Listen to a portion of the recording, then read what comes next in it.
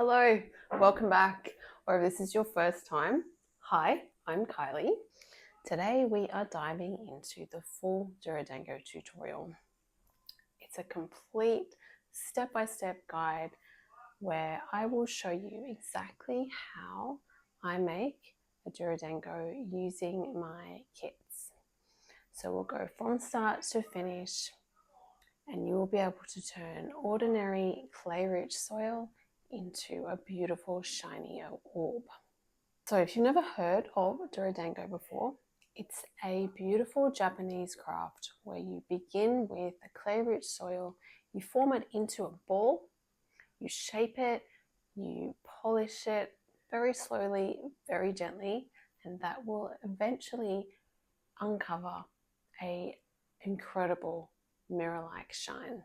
There's no fancy tools, no kiln, nothing but soil, water, and a little bit of patience. So by the end of this video, you will have all you need to make a beautiful shiny orb, just like this one. We're going to go through every stage together, forming the core, adding layers, sealing it, and getting that final glow.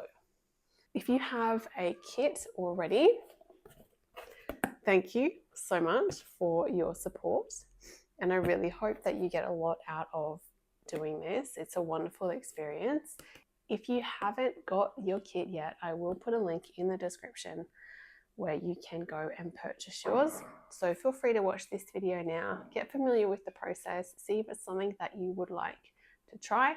If so, head on over to my Etsy shop, get your kit, and then come back and watch the video when you're ready. Inside the kit, I'll just give you a quick rundown of what you are going to get. Firstly, your polishing cup, and we're going to use the base.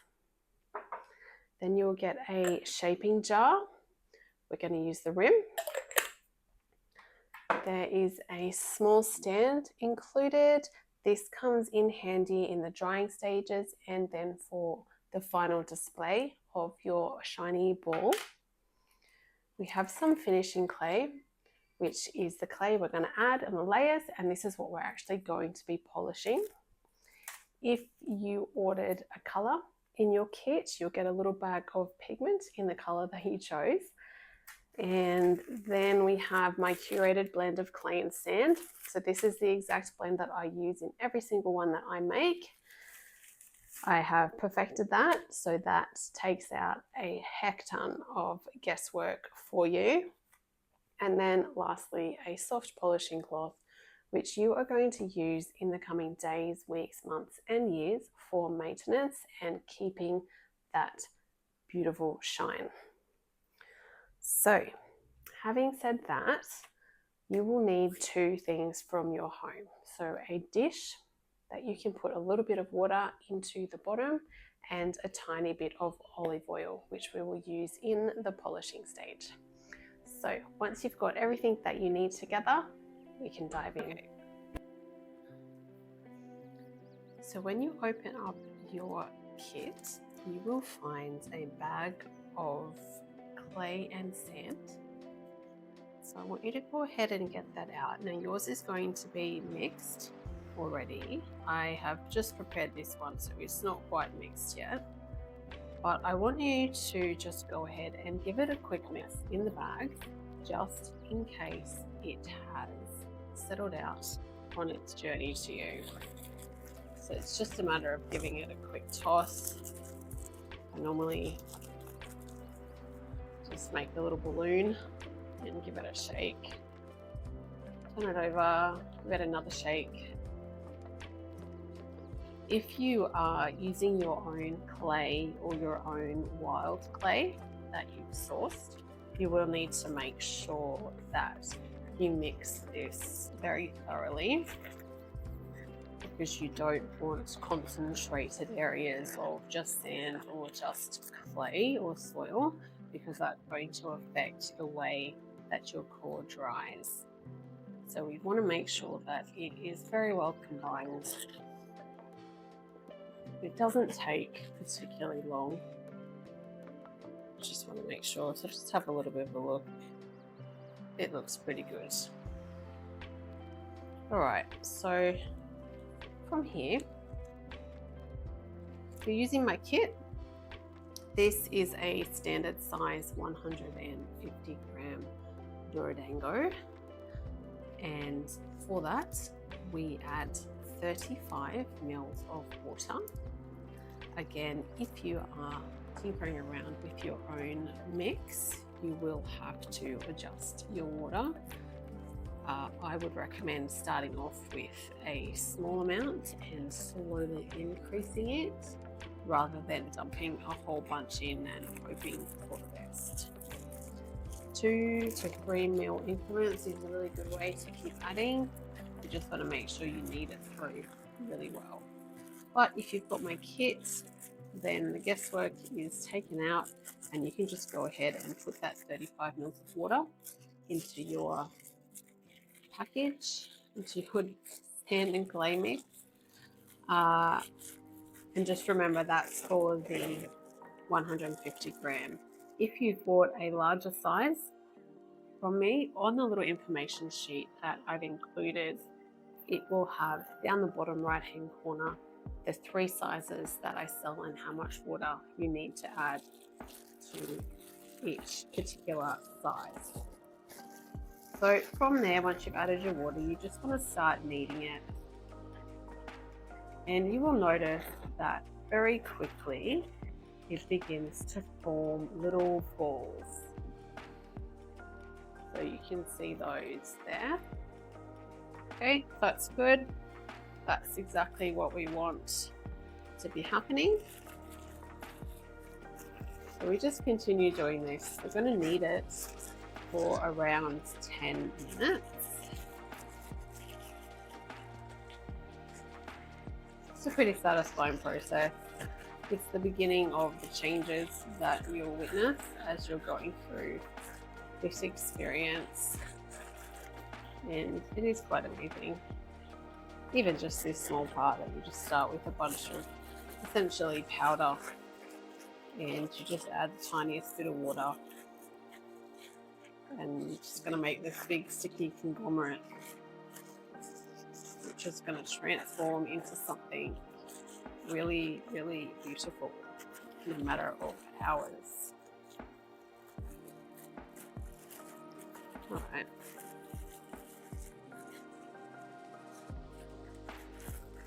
So this will go through a couple of stages. It will start off as the balls,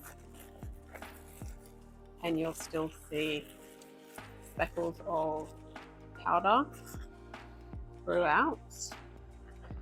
But as you keep kneading, you'll notice the color will become darker. It will get a slight shine to it and become quite sticky, until it reaches the final stage where it's large clumps. It has a very good plasticity, and it is ready to be shaped into a ball.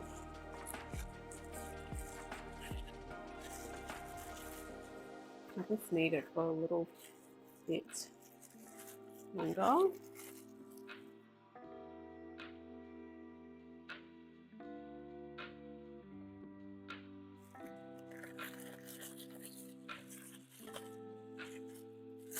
While I'm doing this, I will mention that I have just reached 10,000 subscribers on my humble little YouTube channel. That has happened quite quickly, in my opinion. I'm no expert, but nonetheless, I am super grateful to everybody who has made the choice to subscribe. Amazingly though, only 4% of my viewership are actually subscribed, so that's pretty crazy.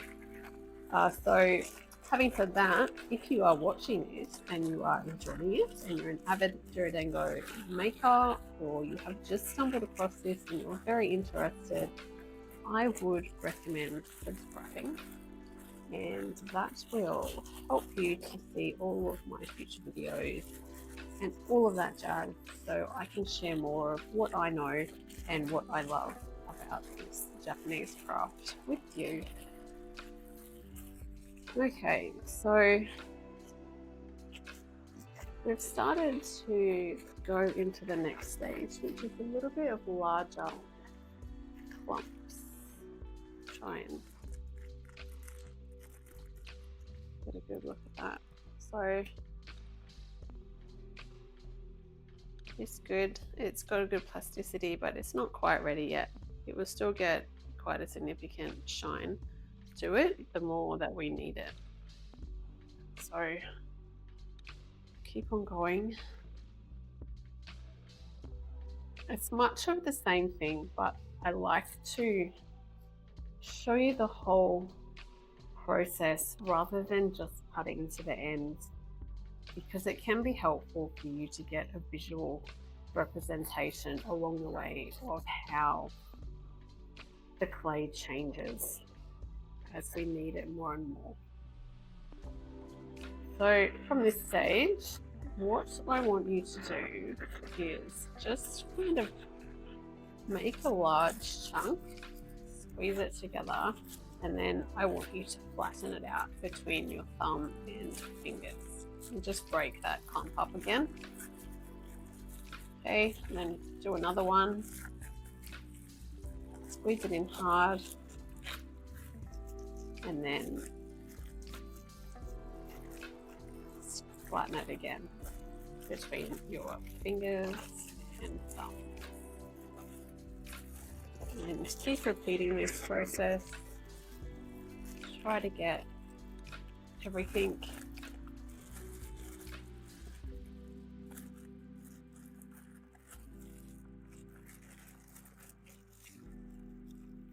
just be mindful that you don't split your bag.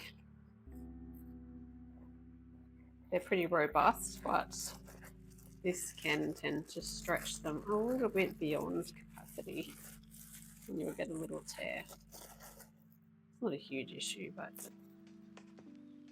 it's, yeah, just something to watch out for.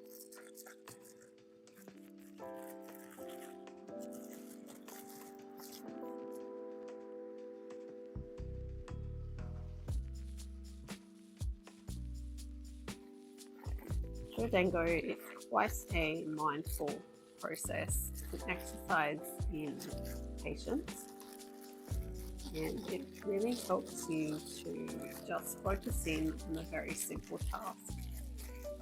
So we will do a number of very simple actions as we are making this Dorodango, and a lot of them are very repetitive, like this kneading, for example. But it gives you a moment to kind of cut out the world and focus in on exactly what you're doing, the task at hand, which is really important to help de-stress and quiet the mind. And in the case of the Dorodango, it is very important to have this kneading process done very thoroughly, because what we're doing here is creating the integrity of your core.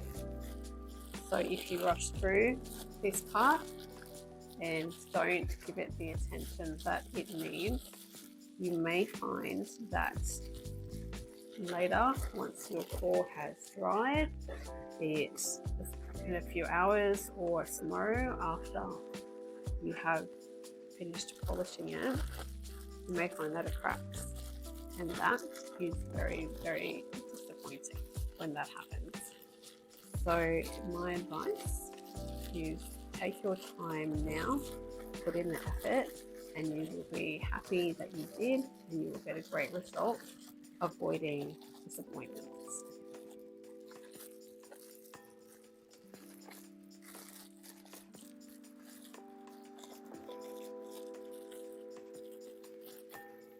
If you're watching this and you've made Dorodango before, I would really like to hear your thoughts and your views, some of your favorite techniques and experiences that you have had on your Dorodango journey.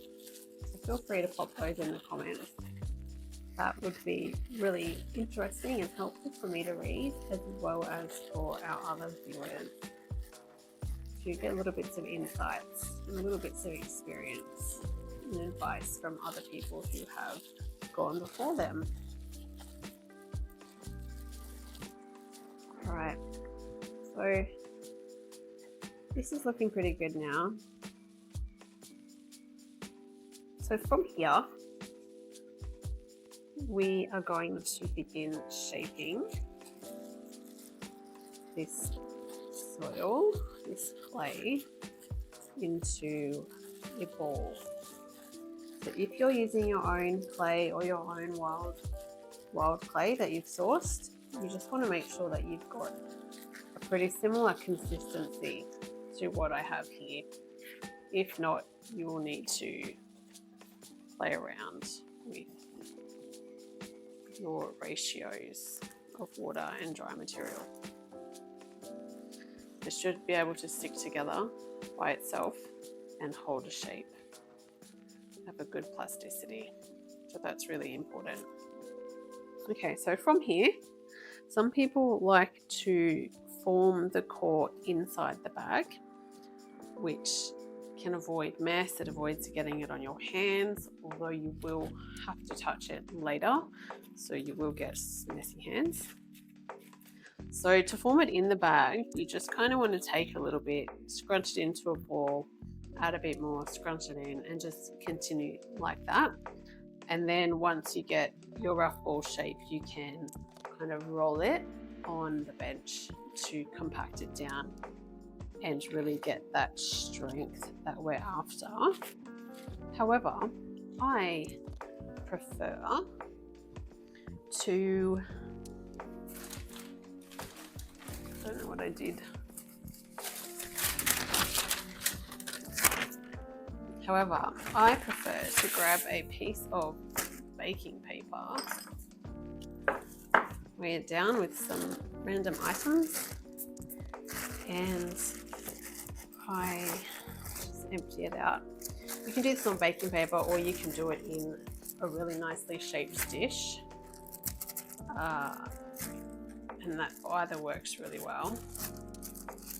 The baking paper is a little bit easier, and it kind of allows you to roll it as well, which you do a little bit of later. You can do it straight on your bench if you wanted to. It comes off. Just be aware that there is sand in this mixture, so it will be slightly abrasive. Some really stubborn little pieces in my bag tonight. All right. Okay, so from here, what I do is I just grab a small amount and I just want to squeeze it together to get it nice and compact. And I grab another bit and do the same thing. This is rinse and repeat.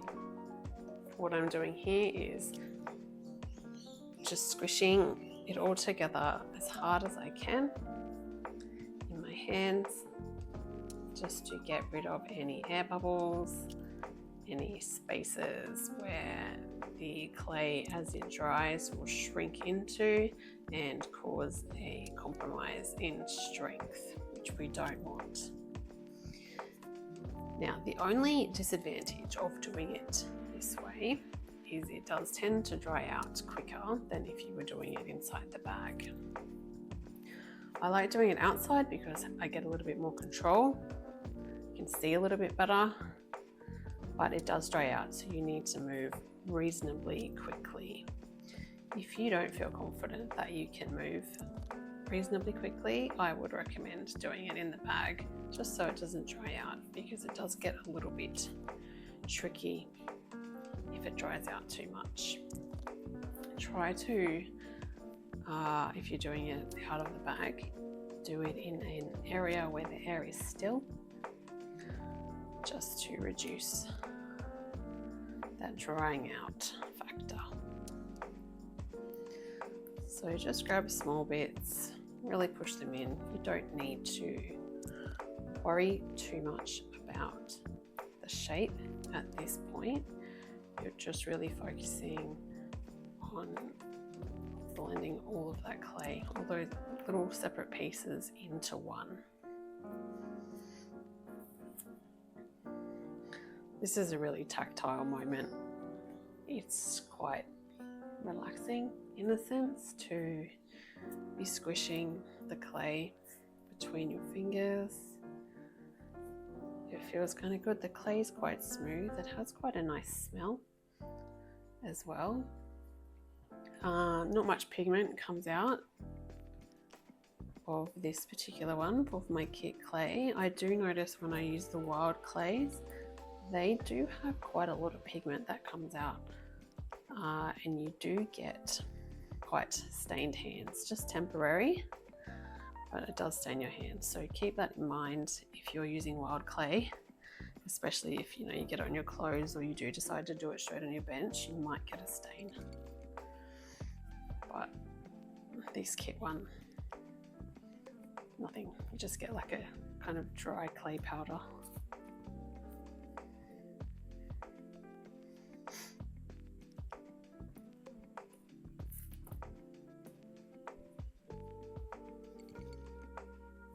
So yeah, the kneading process, like I said, should take about 10 minutes to get to the right kind of clumpiness. And then from there, we're gonna spend a few minutes putting it into the ball, the rough ball shape, and then we're gonna focus on compacting it. And then finally getting a fairly good sphere shape. It won't be perfect at this stage.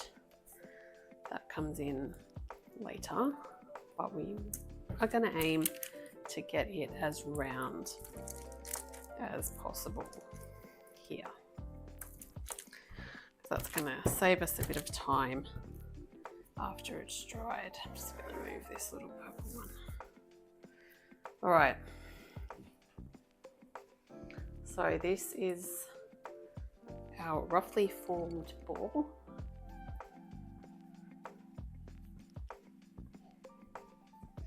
So what we want to do now is just give it a really good squeeze.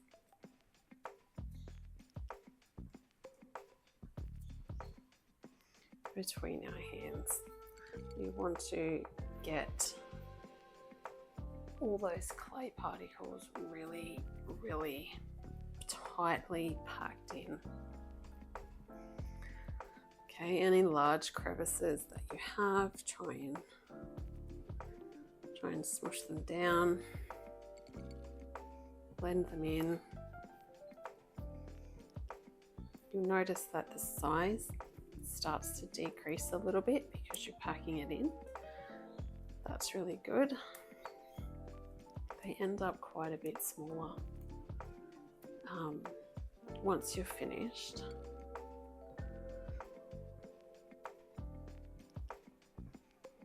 All right, so pretty well compacted. So what we'll do from here is I'm just going to roll it for a little bit. This is just helping to compact it down a little bit further and smooth it over a little, because you would have noticed that it's quite rough, but if we do this, we can kind of get a bit more of a smoother surface, which not only looks a bit nicer, it moves us closer to having a shiny finish, but it helps us to identify areas in the surface that need a little bit of work. So you can roll it around in a ball. That will give you this like diamond shape here. But at this point, that doesn't really matter. We're just looking to compact and smooth.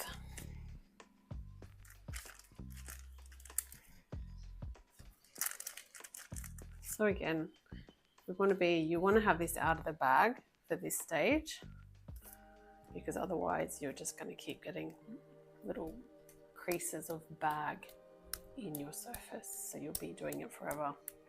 So now that it's out of the bag, you want to make sure that you're moving a little bit quickly This particular movement that I'm doing here, just tossing it from hand to hand, is really good for giving it that spherical shape, because you're tossing it into this soft part here, which is kind of round. So I find that it's a really good way to get it into a pretty good spherical shape, and it also is helping to compact, because when we drop it, the weight of the ball is just helping push those particles in just that little bit more. This is kind of another area where the patience comes in and the perseverance, because even though it doesn't look like you're doing anything particularly helpful, these little actions really are helping to make your core strong and avoid cracks down the track.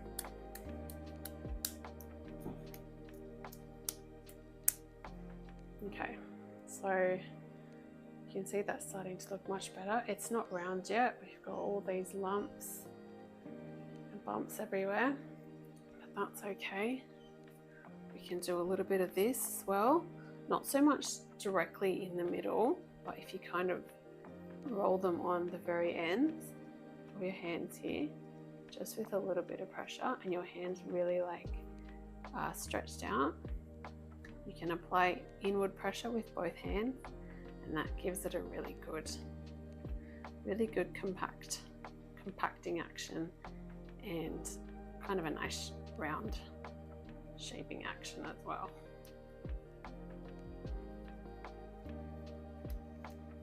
Alright, so you'll notice that they're starting to get some surface cracks. They are okay, don't worry about them too much. As the clay dries, it's going to shrink, and they are going to mostly disappear. If they don't, then once we wet shape it, they're going to be blended in anyway. So they're nothing to worry about. It's only a problem if you find that you're squeezing it and the whole thing crumbles. If that's the case, then you don't have enough moisture, or you have taken too long. So if you're using my kit, the moisture level should be perfect, unless you have taken a particularly long time, or there's a lot of airflow on you. That will dry it out quicker. If you're tinkering with your own clays, yeah, if it's too crumbly at this stage, I would just throw it back in the bag, crumble it up, and add a little bit more water, just to help get that perfect consistency.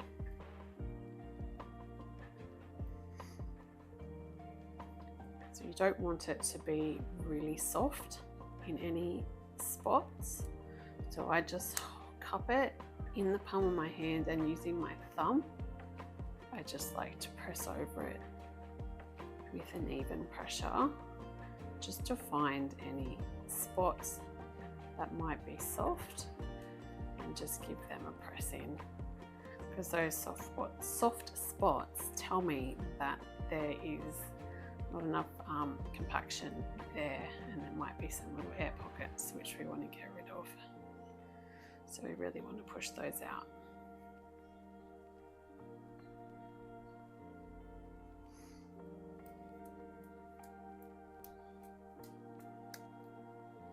So it's starting to look really nice now. So I mentioned before that the closer we can get it to a perfect sphere in this step, the better, for two reasons. Firstly, it will save us some time in the wet shaping. It won't take us as long to get that perfect sphere. And then secondly, we will be able to maintain some of the size without having to shave off too much size to get it perfectly round. So whilst that's not super important, you may as well try and get it as big as you can.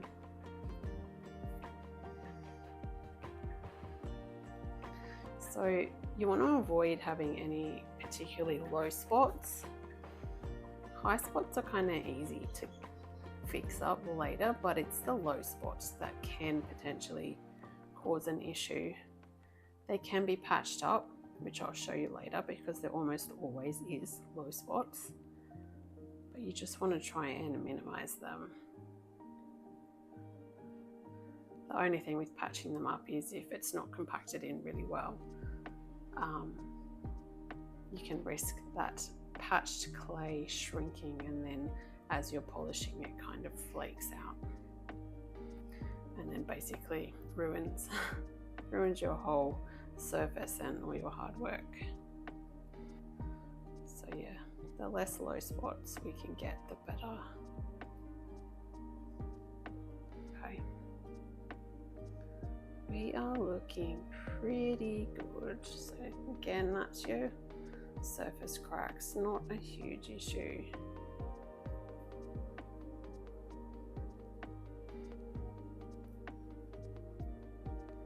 Okay, so I also like to just look over the edge here and just turn it, and that's going to show me if there's any high spots that I can just press down.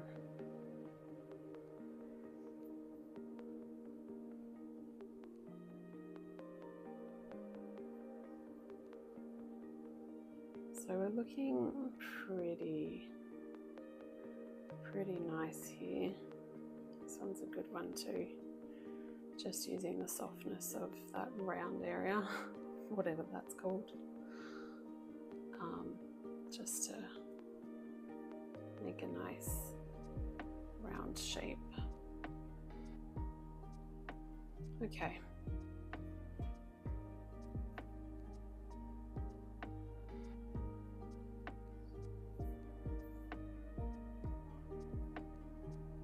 That's looking pretty good. It's been about 30 minutes since we started kneading. So that is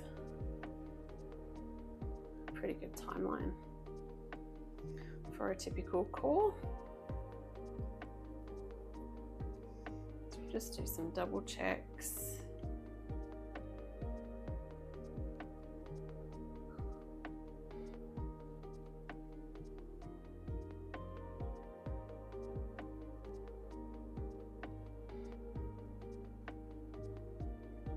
Right, so from here we will leave it to dry. Again, I'll mention, don't have a fan on or have it in the sunlight or next to open window, because that is going to cause one section or side of your core to dry quicker than the other side, and that's going to cause issues. So my recommendation is dry it in a still environment.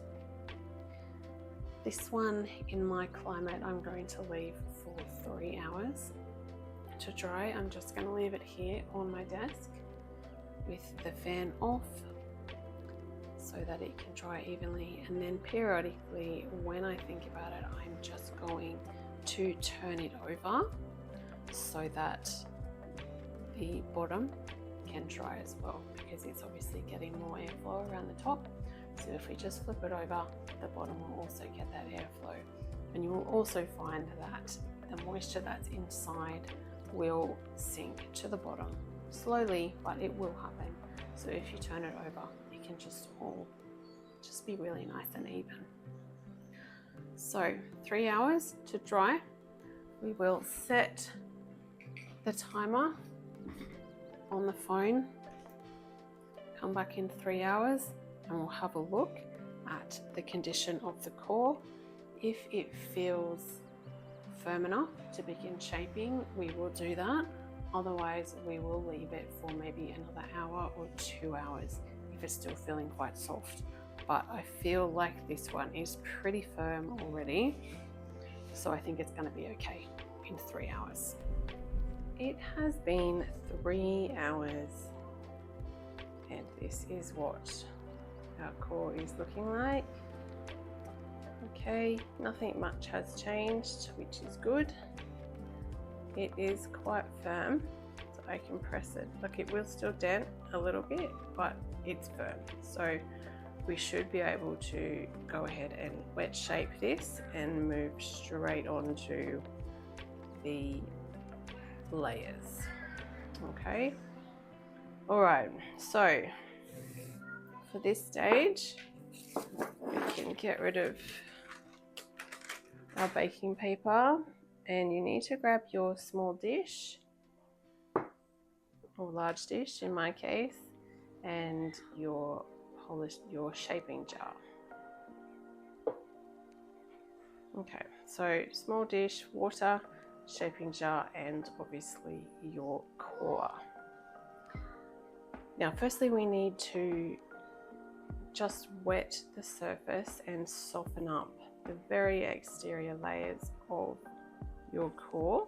And to do that, you just simply put it into the water and roll it around. I've got maybe a centimeter of water in this bowl. So you don't want to completely submerge it, but you just want to roll it, and you'll see that it starts to get a little bit cloudy. I see those whitish areas. That's what you're looking for. It'll start to come off into the bowl a little bit in little white clouds. And then from there, you just dip your jar in, hold it firmly in your hand, and then begin to rotate. And what this is doing is it's shaving off any high spots that you have in the shape of your core and helping to smooth out the entire surface and eventually make a perfect sphere. So that is our aim here, to create a perfect sphere. I will say at this point, if your core is a little bit soft still, so if it's really, really wet where you are, or if you are using your own clay or wild clay, it may dry differently to this one. So if it's very soft and you find that as you're doing this, you're dinting it with this hand, I would recommend just leaving it for another hour or two to firm up just a little bit, because otherwise you will basically be going around in circles trying to smooth out the bumps whilst creating bumps on the other side. So you end up in a bit of an endless loop, and eventually you'll wind up with basically no Dorodango left, and probably not a sphere either. So as long as your core is firm, you can go ahead onto this stage. If not, leave it to dry a little bit longer and then move on. So here, this section here, you'll see it's smooth around, and then there's that textured kind of dent. It's a low spot. These are pretty tricky to get out. The high spots are very easy because they shave straight off, but the low spots you do need to work at by shaving off all around them, just to bring it all to the same level. But when you're doing that, you don't want to focus in the one spot for too long, because that's then going to misshape your core. So you need to work evenly around and just try and get those low spots evened out. Okay, you want to try and apply the same kind of pressure right the way around. If you need to add more water to your jar, feel free to do that at any stage during this shaping process.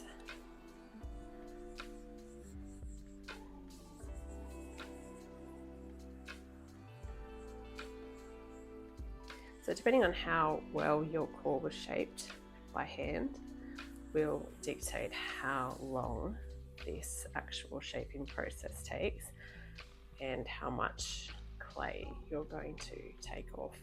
So you do take off quite a bit, as you can see, and it's really important to do a very good job here, because if you leave spots like this, what's going to happen is when you go to polish, you're going to have a dull area. because it's not going to be touched by your polishing cup, so it will stay dull and rough. So we want to get it all looking very, very smooth and very round.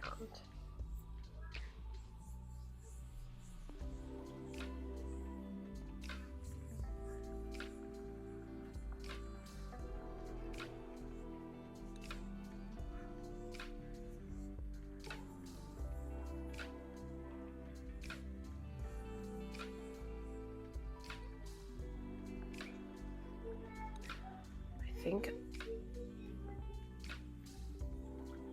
think I have managed to shave off most of the high areas. Now I just need to work on these low spots. So these are quite large. I don't want to lose too much size. So what I am going to do,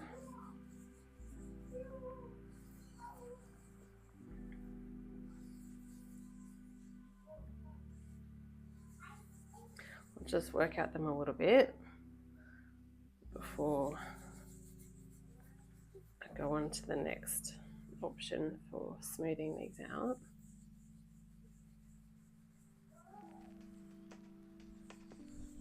So you can see this one is disappearing. See it?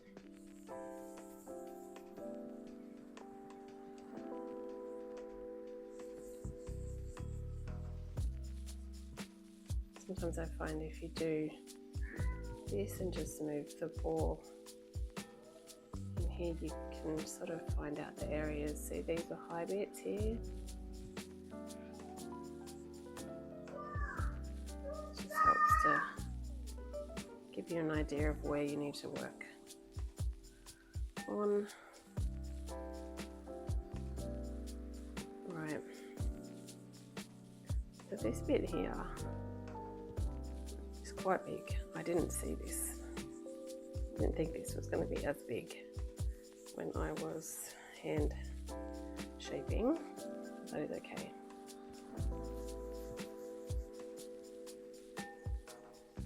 I'll work at it a little bit.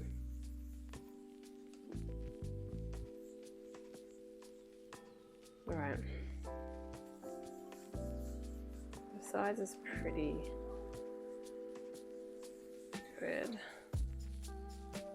Okay, this bit here, what I'm going to do, it's too deep, I feel, to keep doing this method. So what I'm going to do is I'm just going to get some clay from the jar. So this is just the clay that we've taken off the surface. And I'm going to try and press that in as much as I can. I don't want to have it just in there loosely, because then what happens when the clay dries, it's going to shrink. So if it's not very well compacted into this space here, it will shrink and potentially fall out or cause a giant chip when we go to polish.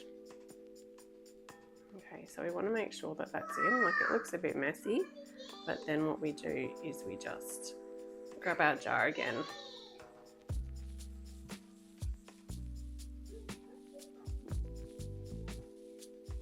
and smooth it out.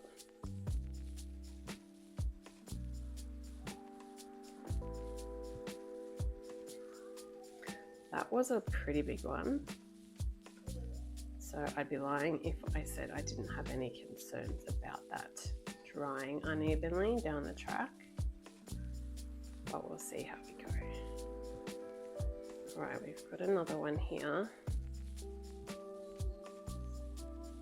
Not as big, which is good. So we'll get some more clay. Really press that in.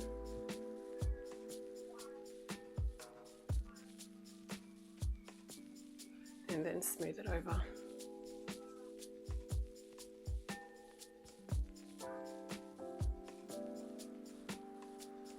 Just want to kind of get it all mixed in so it becomes one thing rather than like a patch.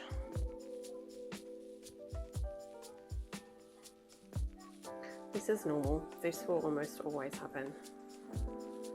You can obviously rotate for a lot longer and shave it all down completely, so you don't need to patch.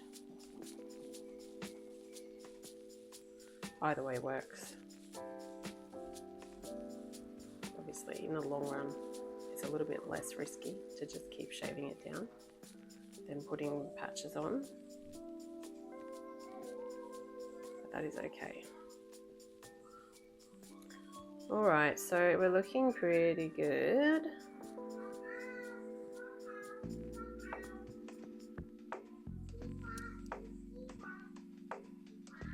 So just do a check, make sure we've got a pretty spherical surface.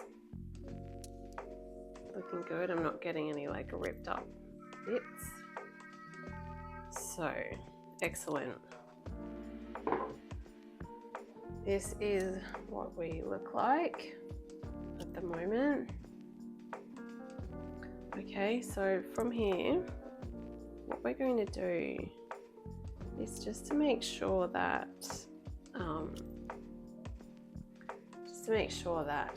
we get a really good polishing surface. Let me get that chunk of clay off my hand. To make sure we get a really good polishing surface, we've made a perfect sphere with this jar, but now we need to take our polishing cup using the base here, and we just want to give it a really good work with this. And what this is going to do is alter the shape of the sphere to fit into the shape of the bottom of this cup. And what that is doing is allowing for the most surface area to contact the polishing cup as we are polishing it later. So if it's slightly different size, you will tend to miss areas and it doesn't work as well. But if you can get it molded into the shape of this cup, that is very, very helpful in getting a really consistent shine. This is also doing a double action of continuing to compact the surface in, which is also going to be something that helps us in the long run. We just do this for a couple of minutes. Just want to make sure we fit in. Still a little bit's coming off, which is okay.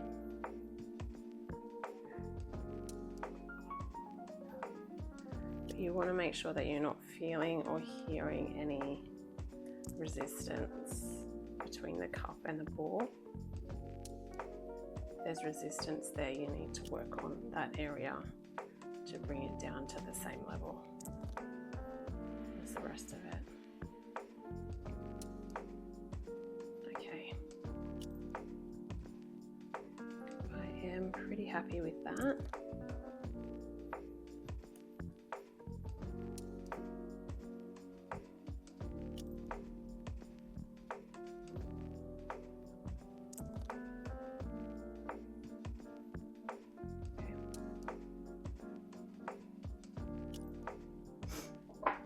So this is what we've got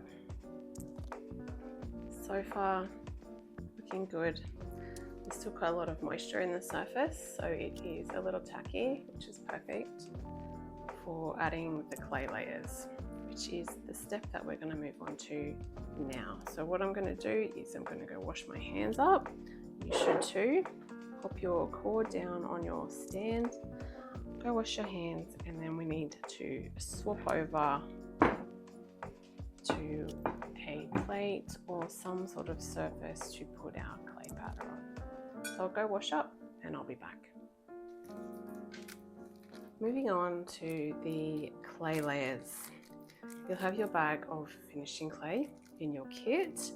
If you don't have a kit, you're just going to need a pure, incredibly fine clay powder for this. So whether your wild clay that you've collected, you just blend that up super well. Like I use a NutriBullet when I do mine, with the milling blade, and that tends to do a really good job. So you just want a super fine, pure clay, and you want to empty about half of that onto your plate. I'm going to leave that particular one.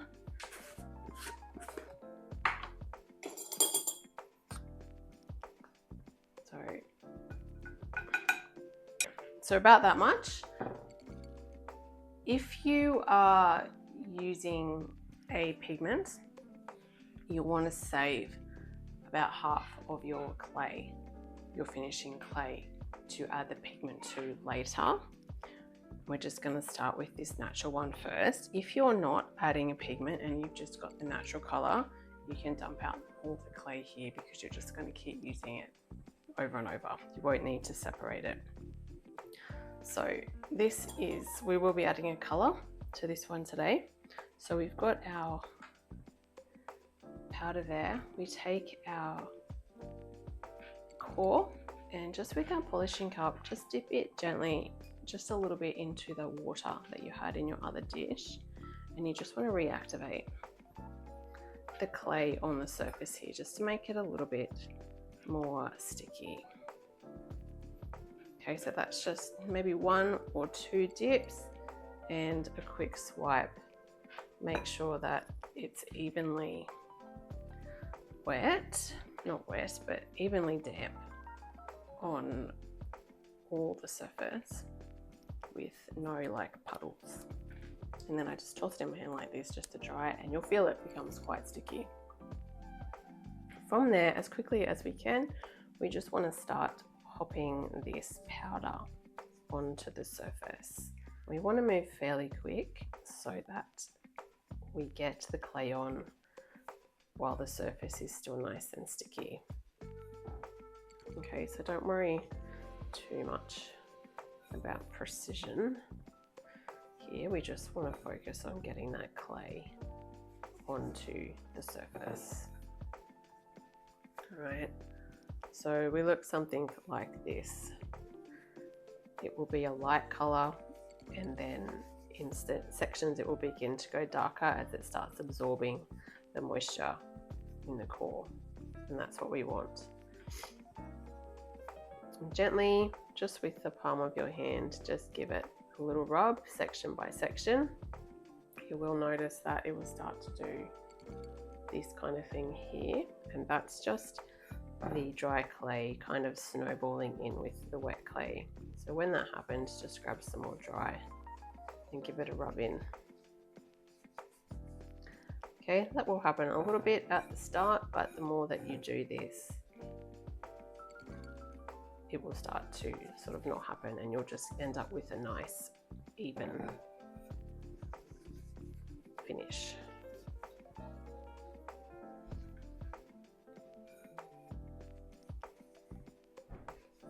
Alright, so once you think you've got that on pretty well and you're not finding that there's any little snowballing areas that are pulling up, you just want to, you'll see that there's this grainy bits that come up. So what we want to do is just work it gently, pushing them off the side so that it's smoother and it doesn't have that grainy texture to it. There's no loose bits on the surface. Okay, it's still going to be quite tacky, and you'll feel that tackiness on your fingertips. And that's good because we need it to be sticky to continue adhering all of this powder. Once you've got all the little balls off and your surface is looking a pretty uniform, even color, I like to do this. See how it's tacky? It's pulling my skin. I'm not pressing very hard. I'm just spinning it. And it's quite tacky, which is awesome. So you do this for a little while. If you notice that any of the clay that you've added is pulling up, you'll need to add some more dry clay, and then repeat this process.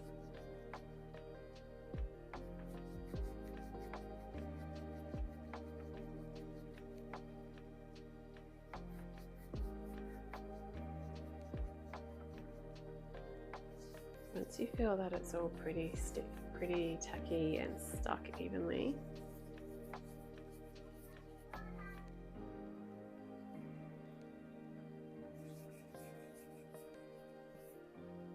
we'll add another layer of powder.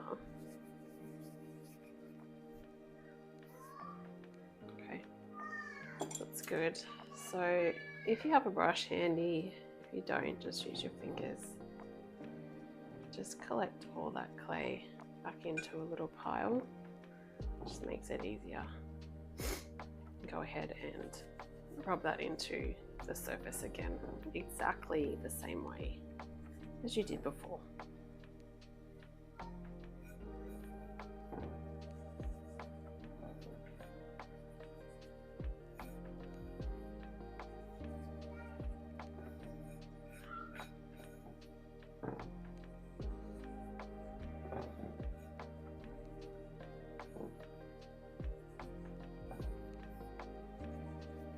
You'll get those little grainy bits again.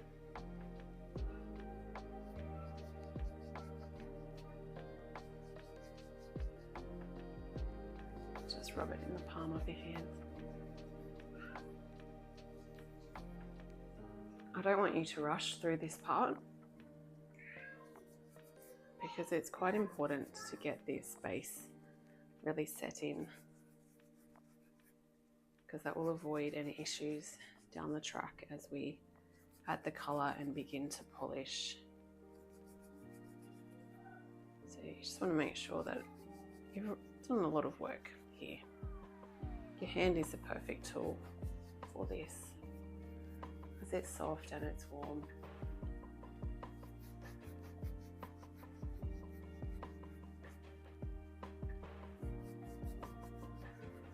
I found the wild clays generally react in a similar way here. Sometimes they can be a little bit tricky once we start to use the cup on it, because the wild clays that I've used are very, very sticky. So they do need a little bit of water incorporated into it to get it to sit down flat. But I've got another video that can explain that to you. I won't do it in this one.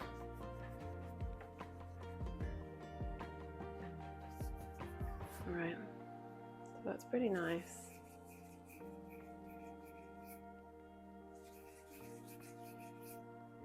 Okay, so from here, we've used most of the powder that we put down. I want you to get your polishing cup and just dip it in the water, and what we're doing is we're just cleaning that inside out there. I normally have like a paper towel or a tissue or something handy, and we want to make sure that there's no debris or hard parts in here that's going to scratch the surface, and we want it to be completely dry as well. So once we've done that, we just get our core and very, very gently, without applying any pressure, we want to begin a gentle, slow rotation. And you can already see that it's starting to flatten out as I'm rotating. So things I want you to watch for here is make sure that you don't have any coming off on the inside at this stage, because what we're doing is just trying to set these powder layers into the core and compact them down so that they can dry really strong and stuck to the core. So if you're getting any scratches, just double check the surface of your polishing cup and make sure there's no dry clay stuck in there that's going to cause scratches. But this is just a really slow, gentle process. All right, so here you can see, this will happen a little bit, but there's a little bit lifting up. Just want to work around that really carefully. Just try and blend it back down. Sometimes it does happen more than other times. It's not a huge issue at this stage. It might just mean that you're applying a bit too much pressure, or sometimes little air bubbles can get stuck under the surface. You just want to try now and get those out, because they're pretty annoying if they stay there when we get to the actual polishing stage, when the surface is a bit harder.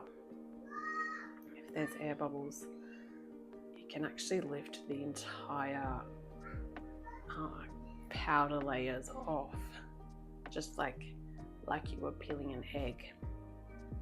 That happened to me one day, and that was quite perplexing at the time, until I figured out what had happened, and it was just all these air bubbles underneath.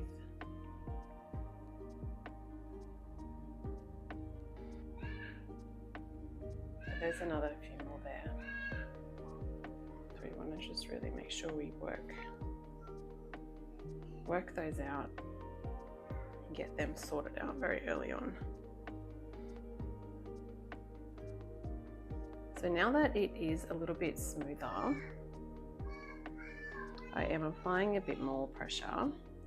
You don't want to apply too much yet, because the surface is still very soft, and if you apply too much, you do risk actually chipping the surface, which is not something that we want. So if you find that there's any little imperfections that have started to creep in, just grab some of that dry clay and pop it in,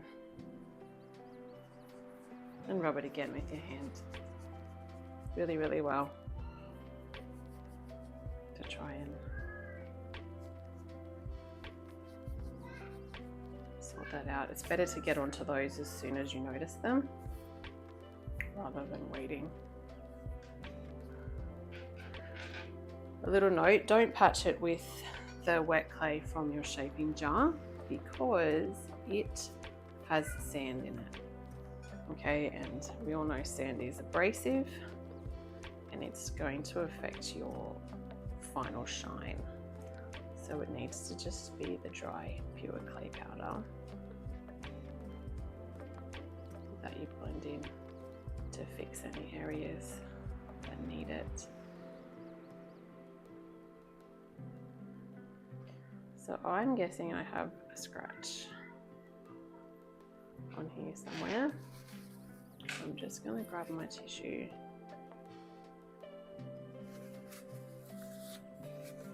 and a little bit of water and just sort that out. That's a bit annoying.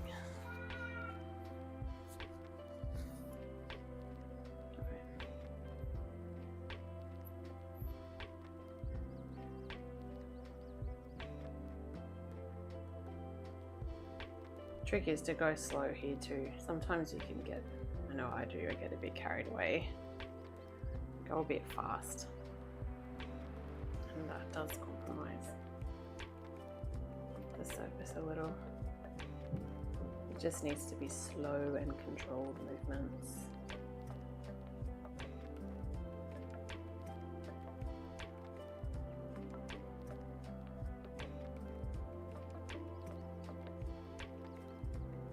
Put a little bubble there.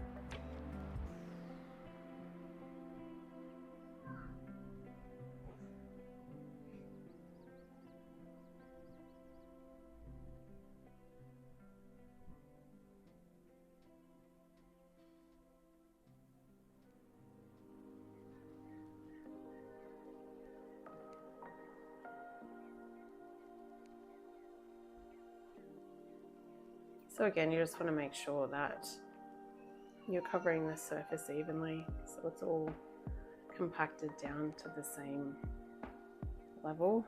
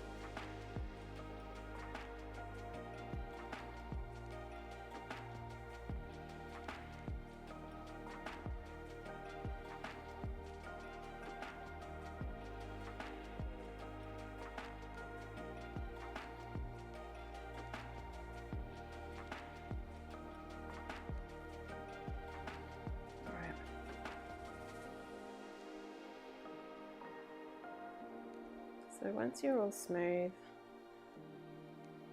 and you've taken care of those air bubbles,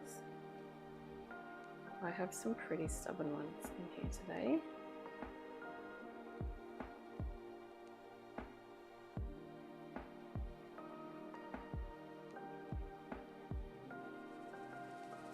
Right.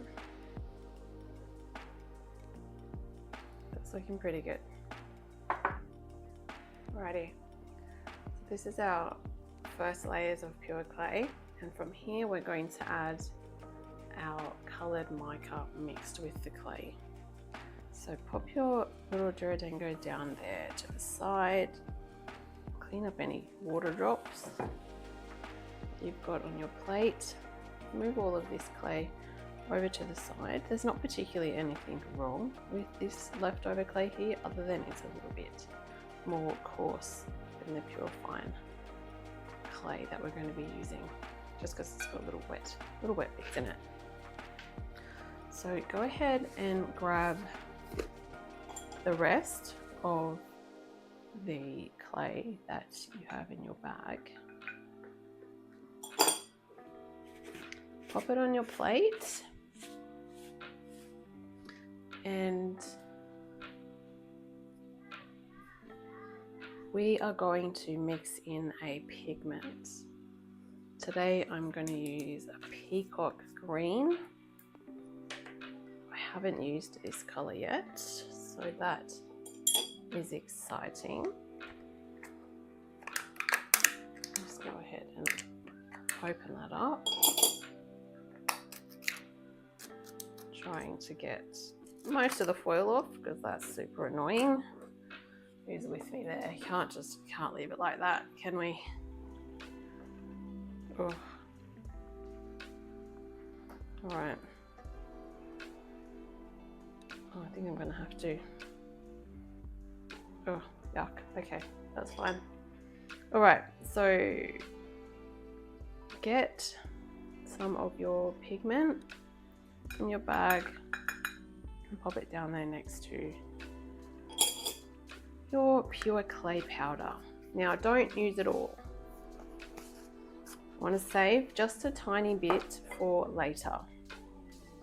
So now we just need to mix the pigment in with the clay. You want to make sure that you have more clay than pigment, because the pigment is not sticky. So if the ratio is out, your color is not going to stick. That's very disappointing. So it may not look like much once you've mixed it, but it should come up a pretty nice. The pigment goes a long way. So the better that you mix this in, the more even color that you're going to achieve as your core dries. It may be a little deceiving while it's still wet, so make sure you mix that in really well. If you haven't quite mixed it in well enough and it does make a different, I've cut myself, make a different color as it dries, it kind of goes a marbly effect, which doesn't look bad. But if you're going for a solid effect, oh, cut myself on that foil. This is kind of the marbled effect when it dries a bit differently. So, all right, mica and clay is mixed. So again, we want to take our core and dip our polishing cup into the water again, very gently. And same as before, just some really quick, controlled swipes over the surface.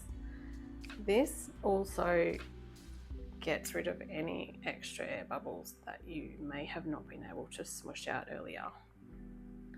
It just wets the clay and just lets the air plop out, which is awesome. So again, over the surface as evenly as you can, and then you want to go ahead and start adding pretty quickly your clay powder.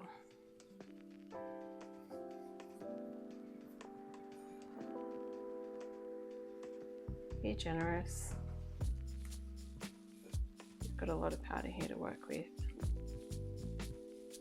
But don't be tempted to mix too much mica in at this stage, because it will affect how well it sticks. So as you can see, it's not particularly green right now, but I'm sure that it will green up a little bit more as we start to rub it in. It's got a nice green to it now. So just very gently, just like before. It's exactly the same process, except that we have that pigment mixed in.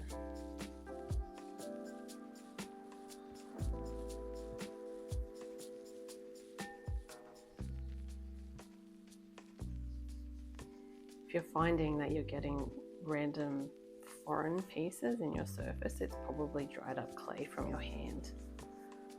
So sometimes it's a good idea to go give your hands a wash if they're quite dirty or gummed up with clay before you start this part, because there is a chance that it will scratch and cause a flake. And then once you've washed your hands, make sure that they are very, very dry, especially in between here. You'd be surprised how much water hides in there. Okay, so same thing, once we've rubbed it all in and we've got all those little snowballs off, just rub it, rotate it like this in the palm of your hand. This will be a pretty interesting colour by the looks of it.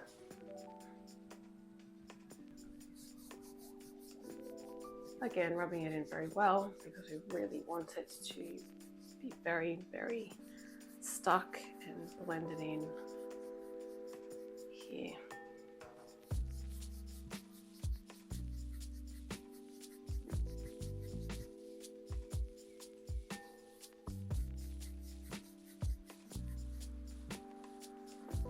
So that's the first layer. I'll be honest, I think I had a little bit too much clay compared to the mica for this. So I'm just going to add a little bit more. Oh, you can do this gradually to build the deepness of the color.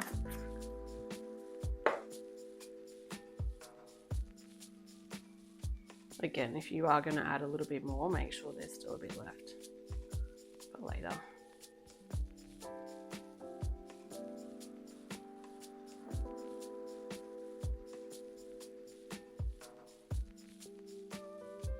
The brush is really good for mixing this in.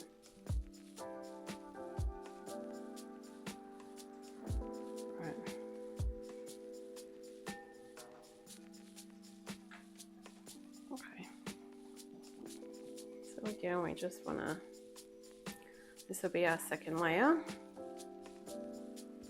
I normally add 2 or 3, just depending on how my color is building and what my surface is looking like.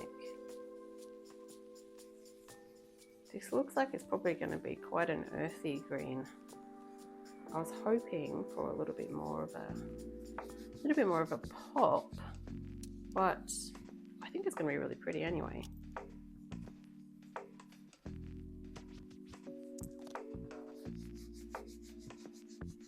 So when you're adding pigments, you've always got to take into account the color of what you're mixing it with.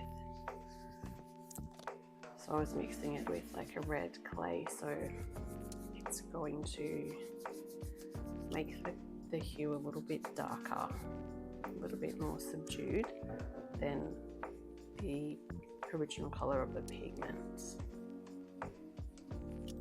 you've got to keep that in mind. I haven't been able to find a really nice white pure clay that works well for this, but that would be really cool because then the vibrancy of these colors would just be next level, which would be really awesome. But haven't found that yet, maybe one day.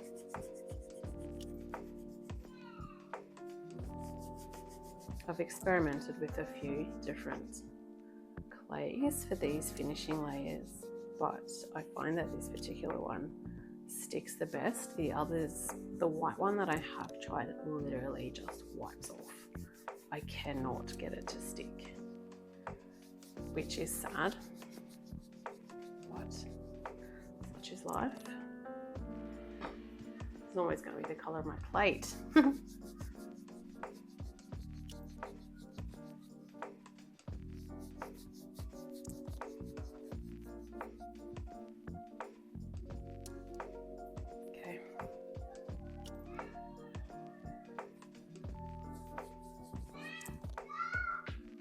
Pretty good.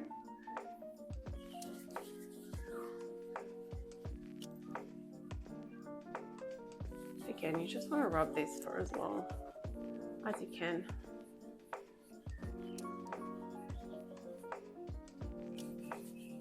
It should start to get a sheen to it. If it is still becoming tacky, you can go ahead and add another layer. I normally gauge just depending on how tacky the surface is as to whether I'm going to add a third.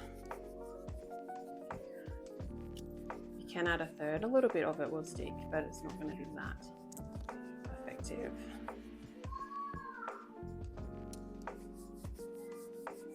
Just do this, and using the warmth of your hand, it will help to really embed the clay and the mica into itself.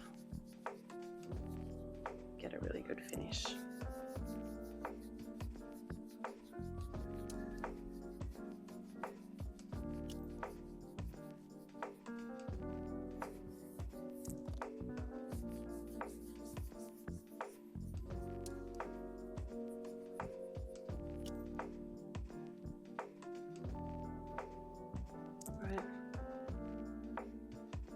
That's pretty good.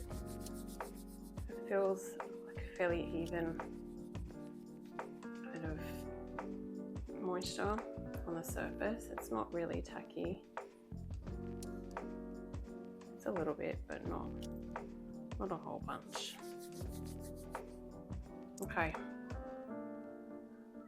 So from here,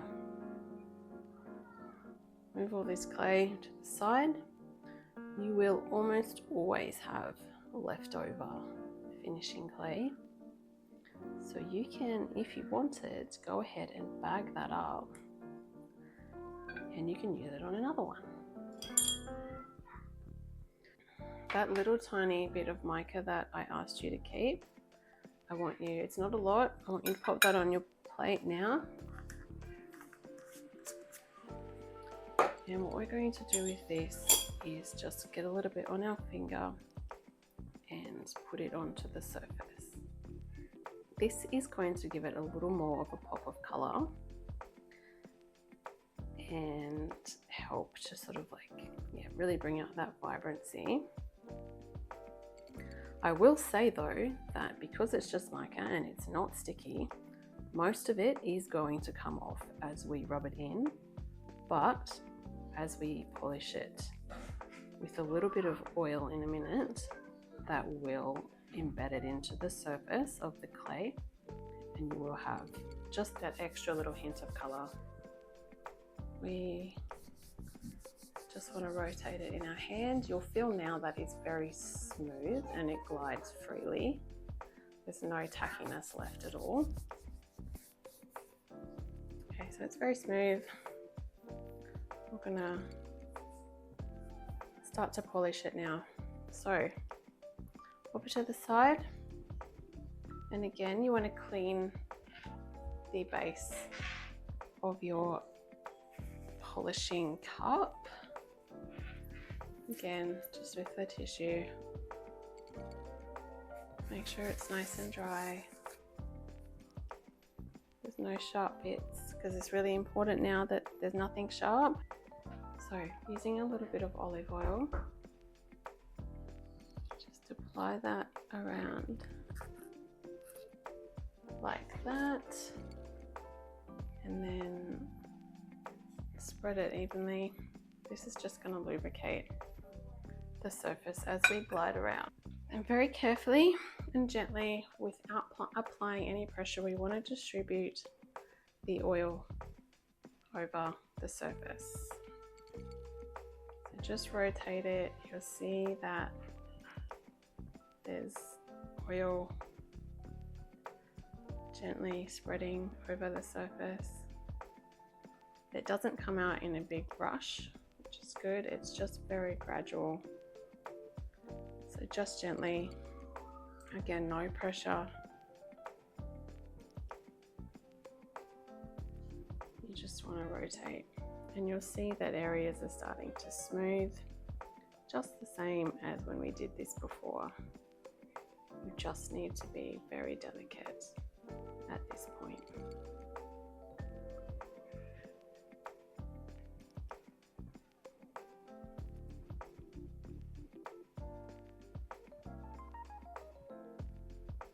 All going well, it should shine up beautifully from here, and you shouldn't have any trouble. The only things I will point out is if your surface is uneven, you may end up chipping, which is why I stressed earlier that we need to make sure that our surface, our base, is really perfect. Sometimes it can still happen, and it's okay. You can't expect perfection the first go. I know I did many Dorodango before I got one that was even close to perfect. There was a lot of trial and error, a lot of failures, a lot of disappointments, but eventually, just by repeating, making one all the time, always making them, being really observant of what's happening, mindful of my pressure and what I'm doing, you finally master the craft to a point. Stuff always goes wrong, but if you're striving for perfection, I would advise be patient and enjoy the journey, because Dorodango is really more about the journey. You do get a beautiful shiny masterpiece at the end, but it's more about the relaxing, meditative process of the making rather than the finished product. Don't get me wrong, the finished product is amazing when you get a beautiful shiny orb. And just looking back at the journey that dirt has taken from just being dirt to being something so beautiful, it's quite magical. But in saying that, the little imperfections that you might get on your surface are still equally as beautiful.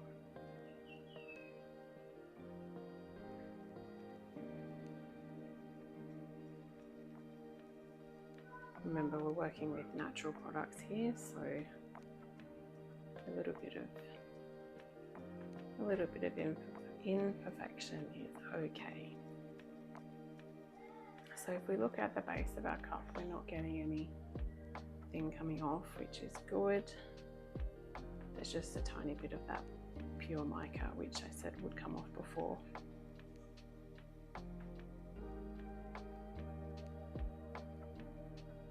So here we're just trying to blend it all in, smooth it all down again. Get all those mica powders, mica particles, sorry, embedded into the clay so that they stick in there very well.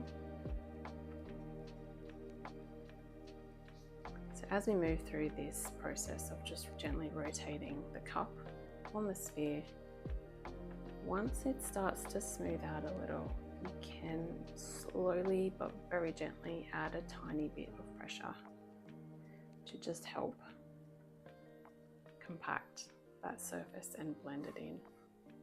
Don't add lots of pressure yet, because you will just ruin it. You'll basically take a big gouge out of your surface, and then that's it. You're done.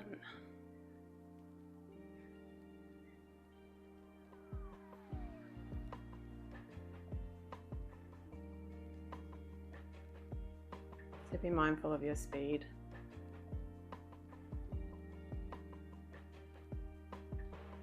Your pressure.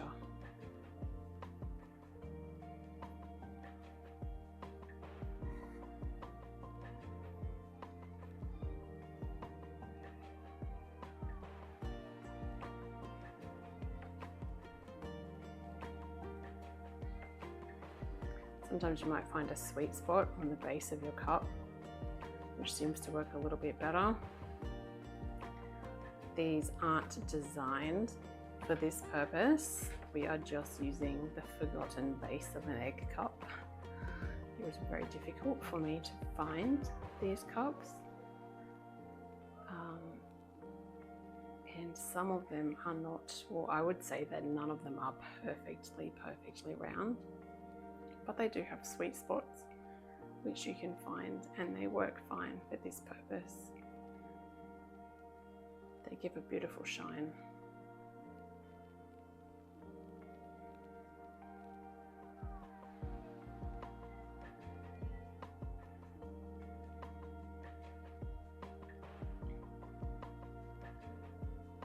If you're doing this and you're finding that it's not gliding super smoothly, you can add a little bit more oil, which I am going to do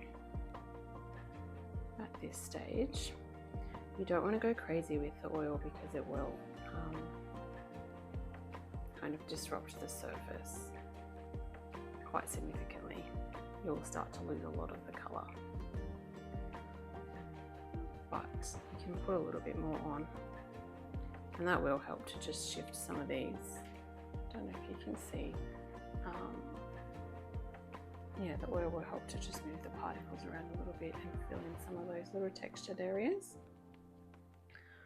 So I'll just move my plate out of the way and just put a little bit more oil around there. And we'll change our stance a little bit.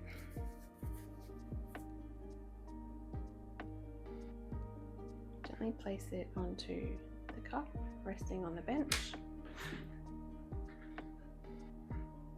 and just very gently, just a slight amount of pressure, just begin rotating it on the top of the cup, on the base of the cup, sorry, not the top. You will notice that this will make a significant difference to the surface. Again, try and find that sweet spot of your cup where you're not getting any resistance.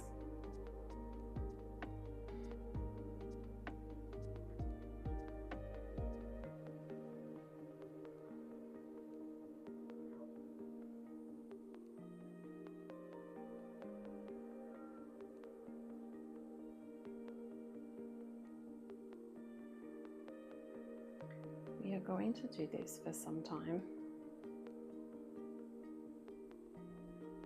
And what we're achieving here is just a really good compaction, if that's a word. Making the surface very strong, very tightly compacted, so that we can achieve mirror shine.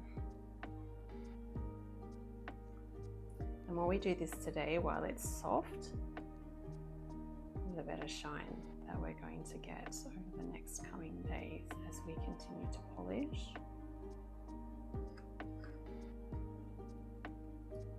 If the surface starts to harden up and dry, it becomes a little bit more difficult to get a really smooth, uniform finish. You can still polish it to a shine, but you will have little imperfections if you haven't sorted them all out while the surface is still soft.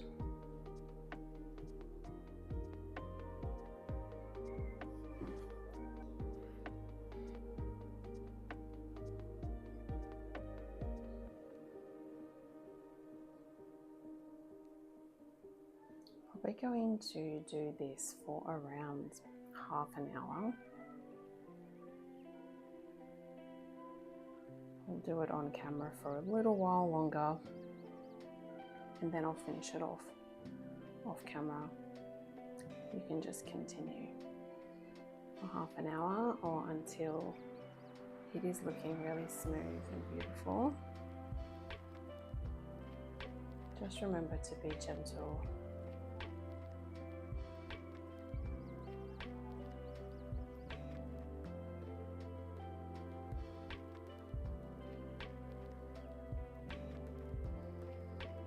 Not too much pressure. Not yet.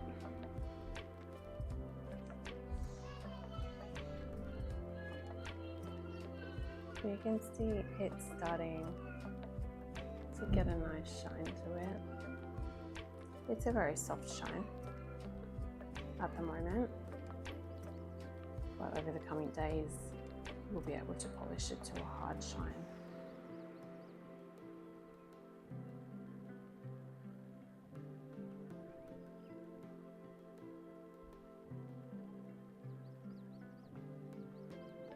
Most of the imperfections have blended in now.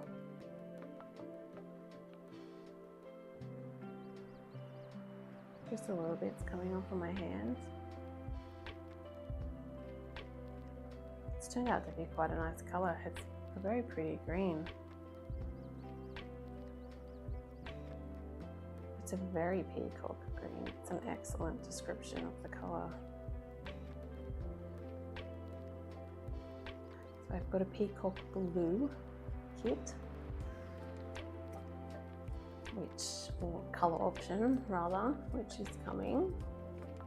I just need to let this beautiful one here dry a little bit more, just to see what the colour is going to be like. And then I'm going to take some photos of that, and that's going to be the peacock blue. And this will be the peacock green, which is also a new colour.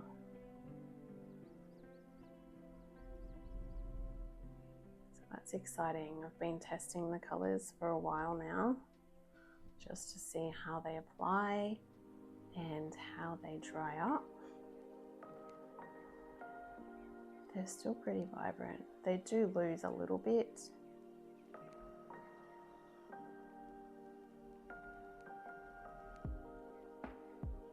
That's okay. You can expect a little bit of fading just with anything, because the colour that we're looking at now, that still has quite a lot of moisture in it. And anything, as you know, that has moisture in it is always a deeper, darker colour.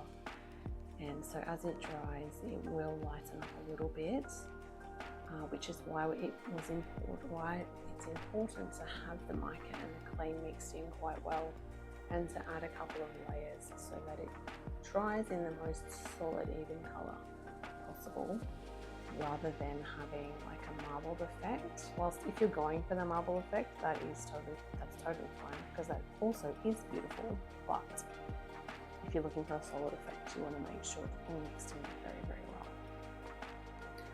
so that it dries evenly.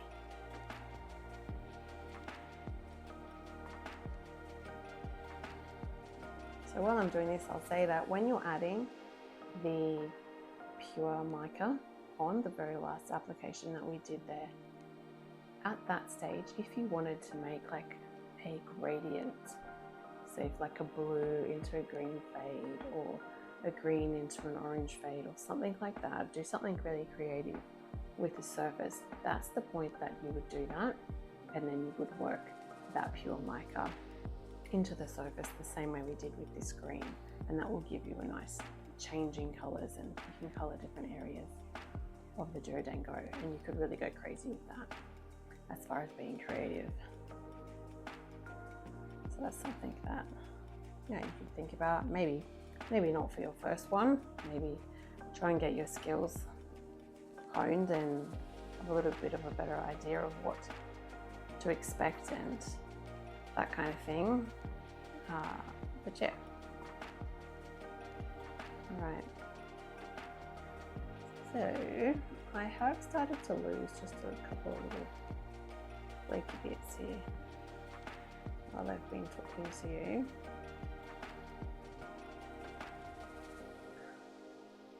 So I'm just going to redistribute this oil. I think that little collection of mica there is what did that.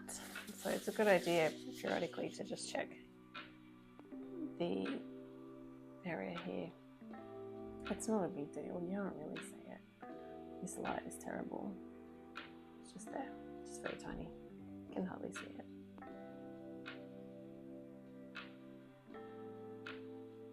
But now that I've redistributed the oil, it's gliding much better. It's important to just keep it gliding, because otherwise you do tend to lose little bits like that. It's okay, it's still a very beautiful ball. Again, we're not striving for perfection, because nothing is perfect.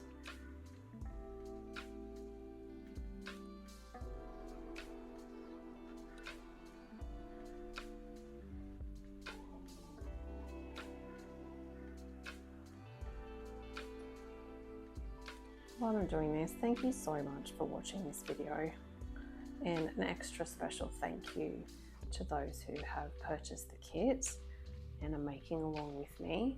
That is really exciting, and I really, really appreciate that you chose my kit. It means a lot to me. I'd love to see a photo of your finished Dorodango, whether you wanted to post it in the comments or send me a message on Etsy. That would be awesome. I love seeing what you've done. It's really exciting. Makes me very happy. So thank you to those who bought a kit. Thank you to those who are just watching. You stumbled across me on your internet adventures today. Thank you for sticking around to the end and watching me polish some mud. I hope that it's piqued your interest and that you would like to explore it a little bit more. I've got lots of videos on my channel about various aspects of Dorodango making, so feel free to go and watch those and learn some tips and tricks, or if you just like watching the process, there's lots on there too. It's really quite a magical transformation. I hit 10k subscribers too on the 1st of January, would you believe?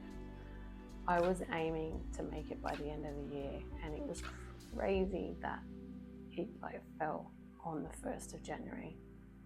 So that is really awesome. 10,000 of you are loving my content, which just is amazing. So thank you so much. It's interesting though, I was looking at my stats, as you do when you hit a milestone, and those 10,000 people, those 10,000 of you that have subscribed only make up like 4% of my total viewership, which is crazy. So having said that, if you are watching and you like what you're watching, find it interesting, entertaining, whatever, take the time to just hit that subscribe button, because that helps me a lot, you wouldn't believe. I would really appreciate a little subscribe, a little like to the video, so that my video can be shared with a few more people as well. That is all really helpful. It helps me to continue to create content, which I love doing. I love making these little balls, and I love teaching you how to do it. So thank you so much for being here. Amazing.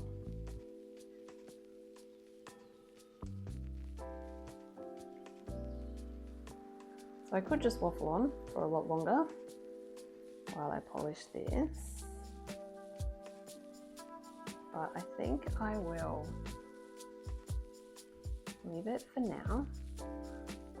I'm going to keep polishing this off camera, and then I'm going to come back when I'm finished for today, and I'll give you a quick rundown of what you need to do in the coming days to bring out a really nice hard shine on this.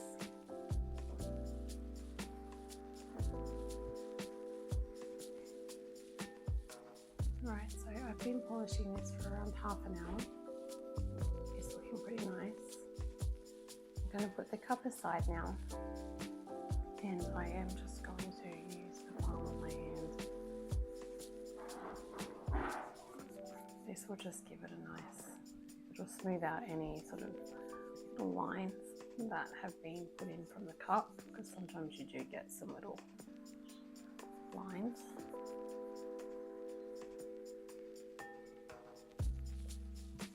I'll do this for a little bit.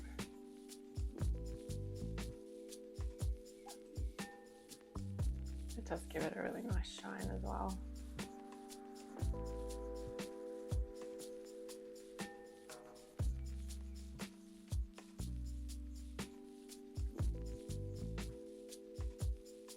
If when you're doing this, the surface is starting to dull a little, I would recommend just going back to the cup and polishing for a little while longer.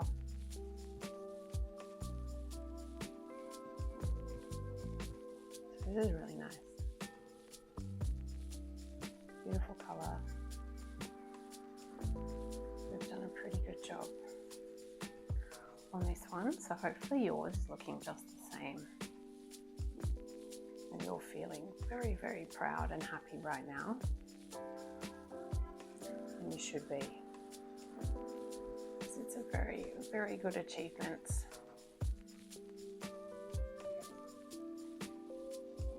Okay. From here, after I've given it a pretty decent polish in my hand, we're going to leave it to dry until this evening. So I think it is around 10 o'clock now, so I'm probably going to come back to this at around 6 tonight and just give it another polish just as it's drying, just to help keep the roundness.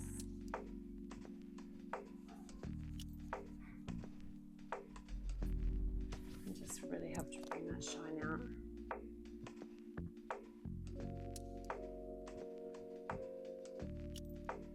So I'll just leave it to dry now. And yeah, we'll come back, we'll have a look. Over the next couple of days, you will notice that the appearance will change a little. It will tend to fade. I'll talking about that a little bit earlier. Don't worry, we will just give it another oil polish tomorrow, and then if it needs it, again the following day. Other than that, it will be pretty much done.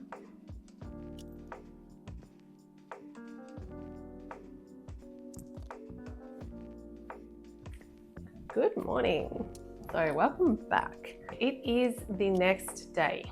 Now I know I said I was going to polish it yesterday evening. However, I decided to leave it until this morning. So this is the Dorodango that we made yesterday. It is a gorgeous green color. I'm very, very happy with the color that this turned out. This is the peacock green, and it's beautiful, absolutely beautiful. Now you can see it's got a soft shine. You've got your reflections of the window here, of the camera here.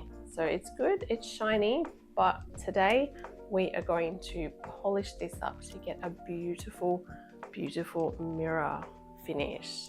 Something similar to this one. So you can see the difference. This one has been completely polished and is complete, whereas this one still needs a final polish. So very beautiful. Peacock blue, peacock green. To do that, we're just going to use a little bit of olive oil and our polishing cup that we were using yesterday. I will mention that this one hasn't hazed up at all, really. Sometimes in the darker colors you can't see it as much. It's a little bit more obvious in like the purples and some of the blues when it gets a bit hazy. But I will show you a clip of a purple one that is a really good example of what the surface looks like the next day when it's gone a little bit hazy. And all that is, it's just drying. Okay, so there's moisture escaping from the core still, and as that escapes, different areas of the Dorodango dry and they become a lighter color, which gives this kind of, they go matte and they go a lighter shade of whatever color your Dorodango was. So it was this purple one here. I'm going to show you this one before I polished it because it did have quite a lot of light spots on it, and then we polished it up to this beautiful shine. So this purple one I also did on Friday, and it was a uniform color, a little bit darker purple than this. But what I want to show you is there's these little patches here which have kind of gone a lighter color and they're a little bit matte. Okay, so this is just moisture escaping from the core and just messing up the shine a little bit. Everything going well, we should be able to polish this back out and it will end up beautifully shiny and reflective like this one. This one has been polished finally. Okay, so that's something that you can expect to happen. It won't stay exactly like it was, with the exception of the silver ones. I find that the silver ones and the natural ones are pretty true to their color on the day that you finish them. They generally tend to stay like that. It's more the purples, the blues, and the oranges sort of change color a little bit. So I just wanted to show you that. So don't be alarmed if yours looks like this over the next couple of days. You'll just need to give it an oil polish very gently to start off with, and then it should come up really beautifully. All right, so let's get started. Again, for this one, we're going to need our core that we made yesterday, a little bit of olive oil, and our polishing cup. So just on the rim, just as before, I've got a little bit left over from yesterday here, but I'll add a tiny bit more. Spread it around. Okay. And then it is just a matter of popping this gently on top, like this, and then we're going to rotate. Just very gently at first. Not any pressure, we just want to distribute that oil If you have any areas of your surface that have like slightly started to come off, let's see if I can get one, you can kind of see it there. Just want to be mindful of those areas and go gentle, and just occasionally check underneath to make sure that you've got no flakes coming off. Find the sweet spot of your cup and just gently, not really applying any pressure at this stage, just rotate. This is good to do the next day because the surface has firmed up a little bit and it's begun to set, but it's still soft. So we can still just get that final polish in where we're compacting those particles down and getting that really nice shine. It is doable the next day as well, so 2 days after you've completed making your Dorodango, you can give it another polish then. I did that the other day because I didn't get a chance to get it done the next day. It still worked fine. It does just feel a little bit more difficult and risky, but the day after we're pretty good. So you can already see that we are getting a lot more clarity. So you've got the reflection of the windows up here. You can see me down in the bottom corner there. And the clarity's really come along. We haven't even really started. It's only been 2 minutes. We just want to continue nice and gently. You can begin to put a little bit more pressure in now, just a tiny bit. If you do too much pressure, you will risk taking a chunk out. We just want to, the surface is kind of cold, so we just want to use our hands and the action of rotating to just warm it up a bit. It softens it, and then it helps to be able to apply a little bit more pressure, which gives us that lovely hard shine in the end. A shine that won't fade.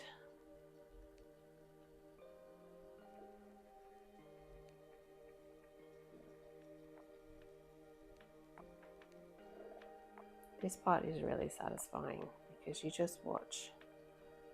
You can just begin to see your reflection in the surface, and that is really satisfying. So take a moment to pat yourself on the back and admire the gorgeous shiny orb that you've made from dirt.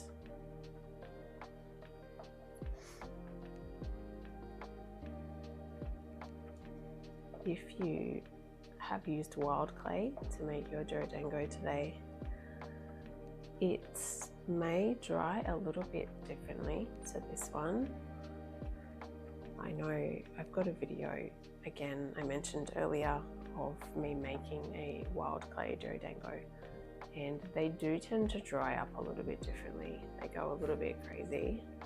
The particular soil that I used for this one does that anyway.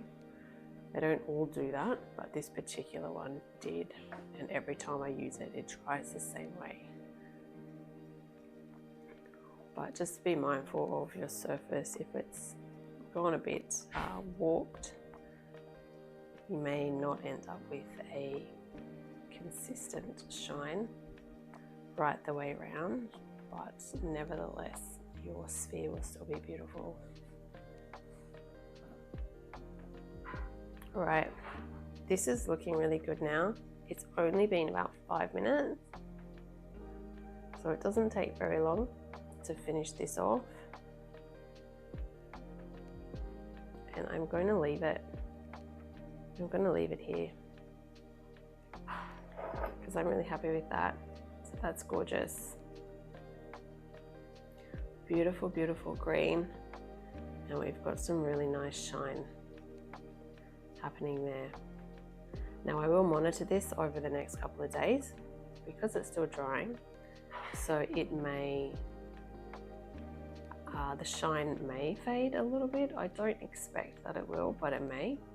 If yours does, then just follow the same method that we've done today. Put a little bit of oil on the cup and just bring that shine back. Eventually it will stop fading and you will just be left with a beautiful shiny orb. So that's that. Thank you again so much for hanging out with me and watching me polish some mud. I've had a great time showing you how to do it, and I really hope that you can find the time to have a go yourself and experience this transformation, because it really is magic. Again, if you need to buy a kit, there's a link in the description where you can go ahead and do that. Otherwise, feel free to follow along with this tutorial with your own clay or wild clay that you source from somewhere out in the beautiful wide world. I would love to see what you come up with, and I look forward to catching up with you again in another video. So until then, take care and bye for now.